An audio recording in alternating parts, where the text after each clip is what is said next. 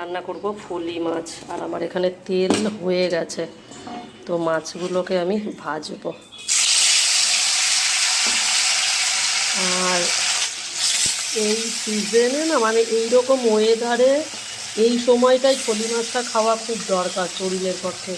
আর কি দিয়ে করব দেখো, এই যে উচ্ছে আর আলু দিয়ে করব ফলি মাছটা রান্না। আমি জিরে আর আদা বাটা দেবো, আর আজকের কাঁচা লঙ্কা দিয়ে ঝোল করব। অন্য কিচ্ছু দিয়ে করবো না, মানে লঙ্কার গুঁড়ো দেবো না, শুধু কাঁচা লঙ্কা দেবো। মাছগুলো ভাজা হোক।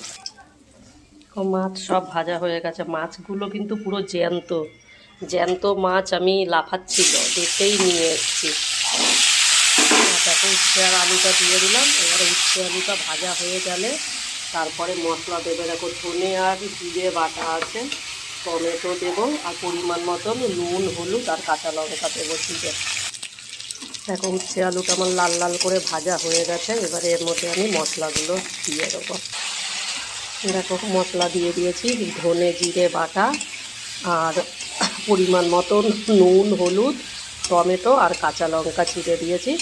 এবারে মশলা ভালো করে কষলে তারপরে আমি ঝোল দেব। দেখো মশলা আমার কষানো হয়ে গেছে। এবারে এর মধ্যে আমি মাছ আর ঝোল একবারেই দিয়ে দেবো।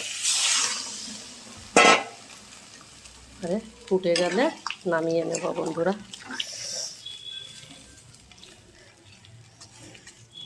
এই হলো আজকের ফলি মাছের ঝোলের রেসিপি।